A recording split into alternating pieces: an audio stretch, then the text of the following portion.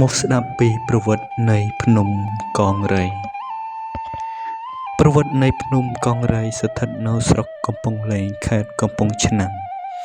មានភ្នំមួយខ្ពស់ជាងគេមើលពីចម្ងាយឃើញដូចមនុស្សដេកសណ្ដឹងខ្លួននៅលើភ្នំនោះមានរុក្ខជាតិតូចធំដុះជាច្រើនដូចភ្នំឯទៀតនៅជុំវិញនោះដែរតែចម្លែកជាងគេត្រង់ចង្កេះភ្នំនោះមានដុះម្អមជាច្រើនណែនតាន់តាប់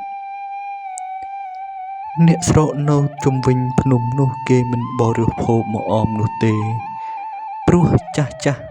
ដំណាលថាភ្នំនោះកើតចេញពីរូបនាងកង្រីខិណីជាមហេសីព្រះពុទ្ធិសែនហើយគេសន្មតម្អមនោះជារោមជូនីនៃ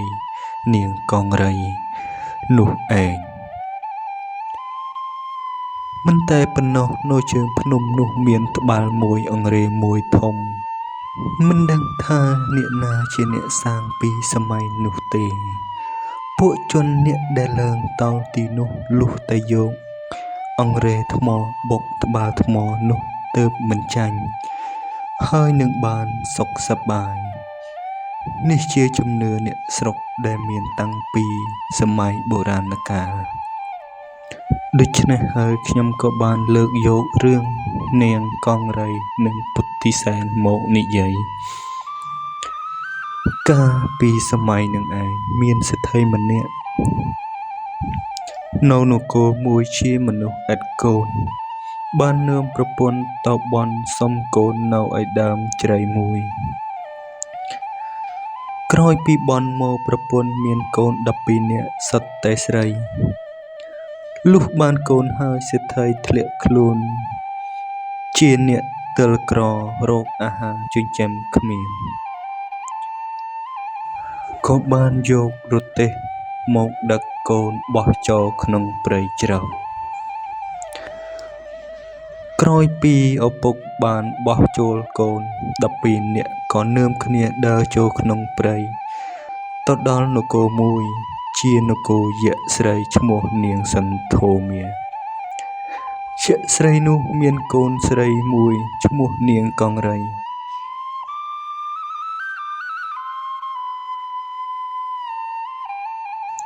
នាងយក្សសន្ធរក៏បានឃើញនាង12នោះក៏ប្រែក្រឡាខ្លួនទៅជាមនុស្សនាំយកនាង12នោះទៅដាក់ក្នុងប្រាសាទខ្លួនឲ្យបម្រើនាងកង្រីជាកូនកាលនាង12នោះបានដឹងថានគរនោះជានគរយក្ស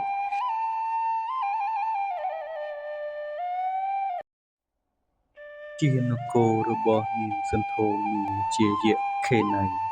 ហើយក៏នាំគ្នារត់ចេញ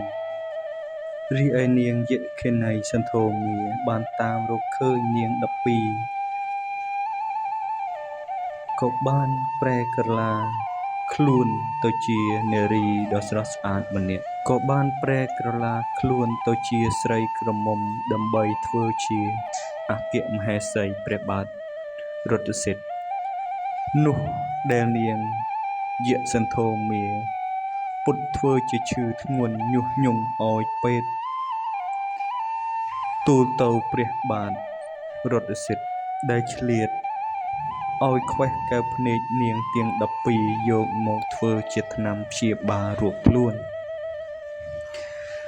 និងឲ្យនាង12ដែលមានគភ៌គ្រប់គ្នាទុកក្នុងរណ្ដៅមួយជាមួយគ្នាបង្អត់អាហារហើយយកកែវភ្នែកទាំង12ទៅទុកក្នុងឃ្លាំងឯនគររបស់ខ្លួនឲ្យនាងកង្រីជាកូនខ្លួនថែរក្សា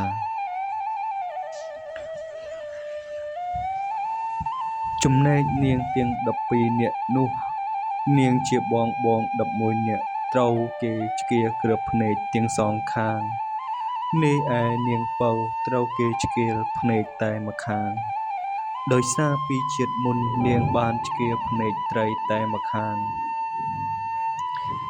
នាងទាំង12នាក់នោះដែលមានគភ៌នាងពៅមាន នាងពៅមានព្រះធិពោធិសត្វចាប់មក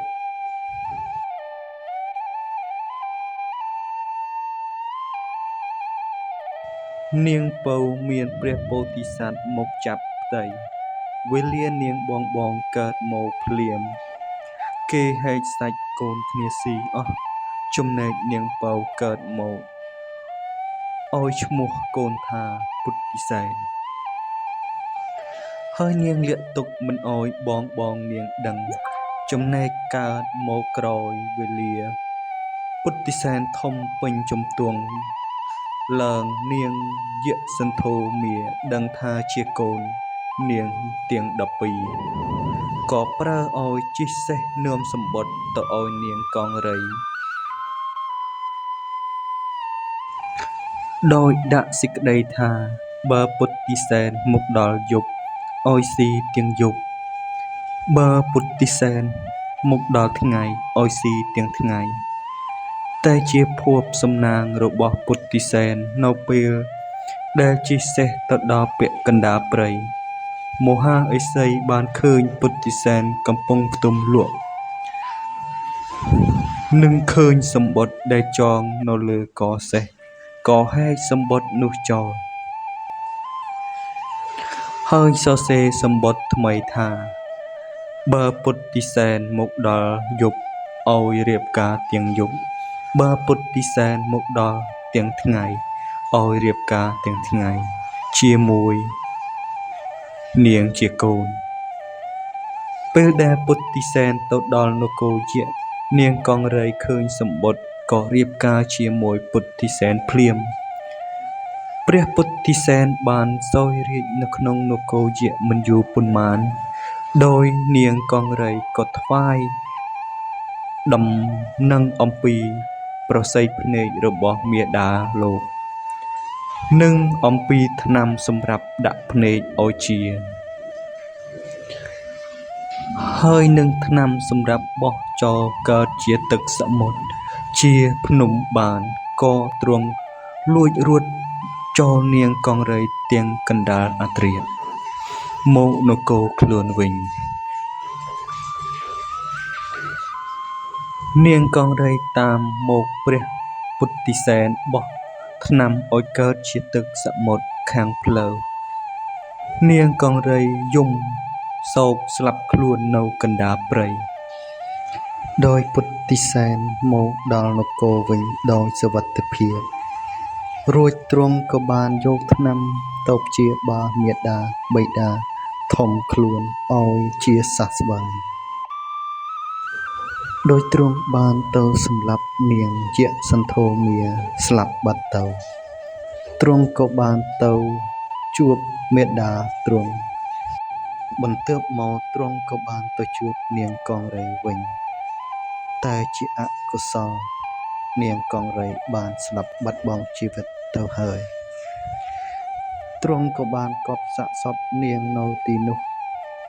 រួចក៏ជិះសេះហោះមកព្រះនគរខ្លួនវិញរួចក៏ត្រឡប់មកសោយរាជ្យជំនួសព្រះបិតាទ្រង់ដល់សុខសេងសានរហូតដល់ទ្រង់សោយទីមង្គតដោយយោងតាមឯកសារយោងដកស្រង់ចេញពីក្រមទំនៀមទម្លាប់លេខទី27 82រៀបរៀងដោយសានលិឯកសារជាច្រើនបាននិយាយត្រូវគ្នាថាខ្មោចនាងកង្រីដែលស្លាប់នៅមាត់ទឹកនោះកើតមកជាភ្នំកង្រីហើយថានៅជិតភ្នំកង្រីមានភូមិពីរឈ្មោះភូមិកំពង់ហៅនិងភូមិកំពង់លេងភូមិកំពង់ហៅជាទីដែលនាងកង្រីស្រែកហៅពុទ្ធិសែនរីឯភូមិកំពង់លេងជាភូមិដែលពុទ្ធិសែនលែងត្រូវការនាងកង្រី